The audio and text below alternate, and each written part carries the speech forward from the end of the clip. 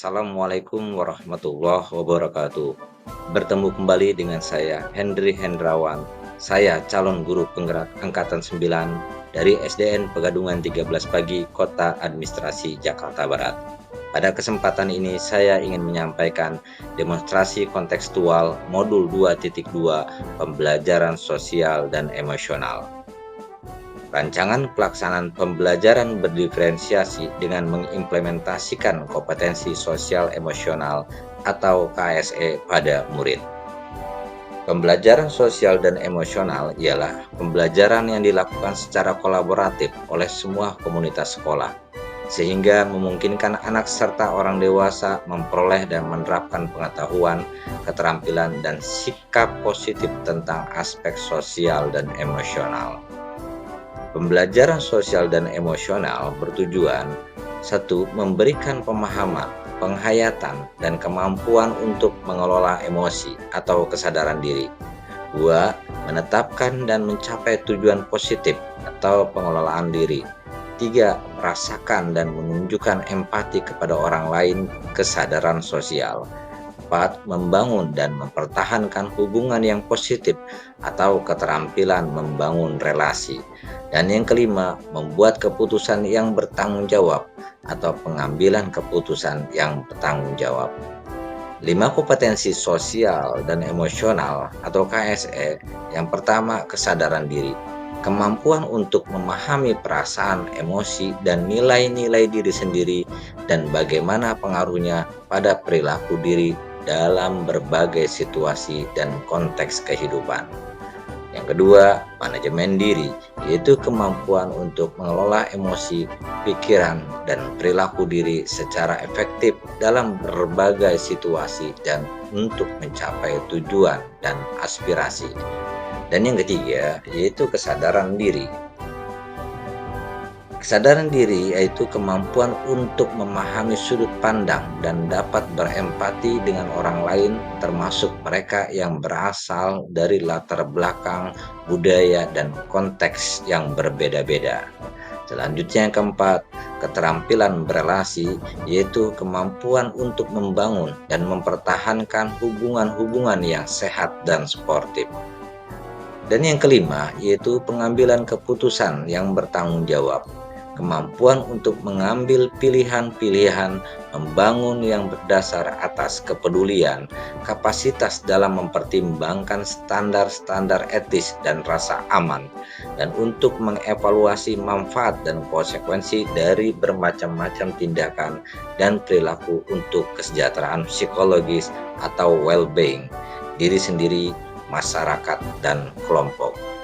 Adapun tujuan pembelajaran sosial dan emosional yaitu yang pertama, memahami, menghayati, dan mengelola emosi atau kesadaran diri, lalu menetapkan dan mencapai tujuan positif atau manajemen diri, lalu merasakan dan menunjukkan empati kepada orang lain atau kesadaran sosial, dan membangun dan mempertahankan hubungan yang positif atau keterampilan membangun relasi. Dan selanjutnya, membuat keputusan yang bertanggung jawab, yaitu pengambilan keputusan yang bertanggung jawab. Apa itu well-being? Well-being adalah kondisi nyaman, sehat, dan bahagia.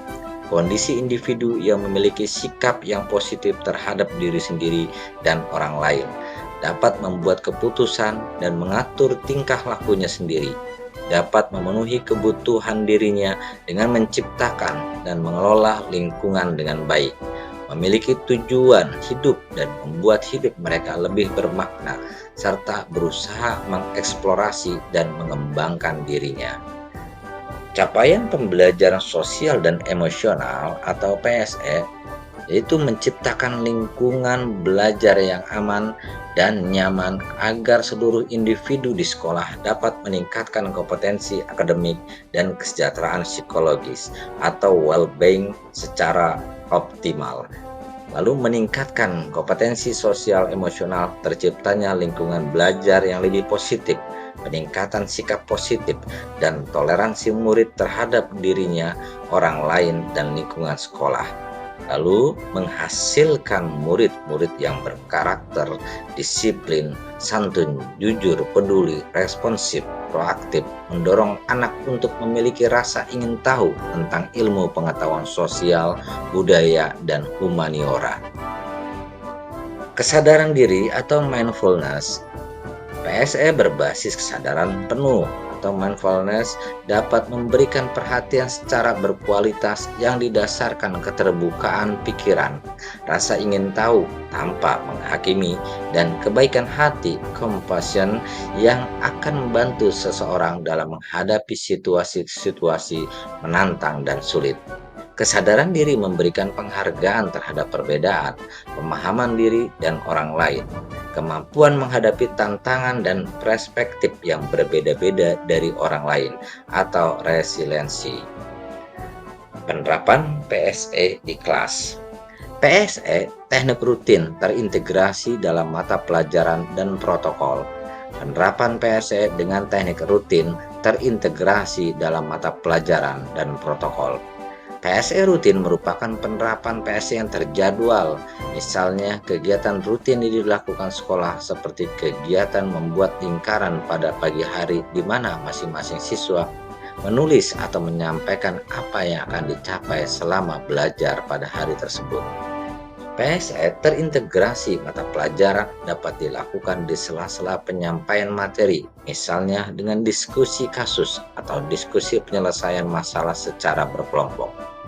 PSE berprotokol menjadi kegiatan sekolah yang sudah menjadi sebuah tata tertib dan kebijakan sekolah dilakukan secara mandiri oleh peserta didik. Misalnya, membangun hubungan sosial yang positif, penyelesaian masalah tanpa kekerasan, dan lain sebagainya. Adapun di bawah ini adalah contoh RPP penerapan PSE di kelas.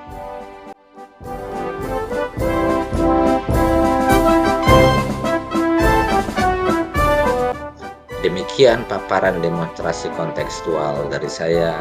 Kurang lebihnya saya mohon maaf. Terima kasih. Wabillahi taufiq wal hidayah. Wassalamualaikum warahmatullahi wabarakatuh.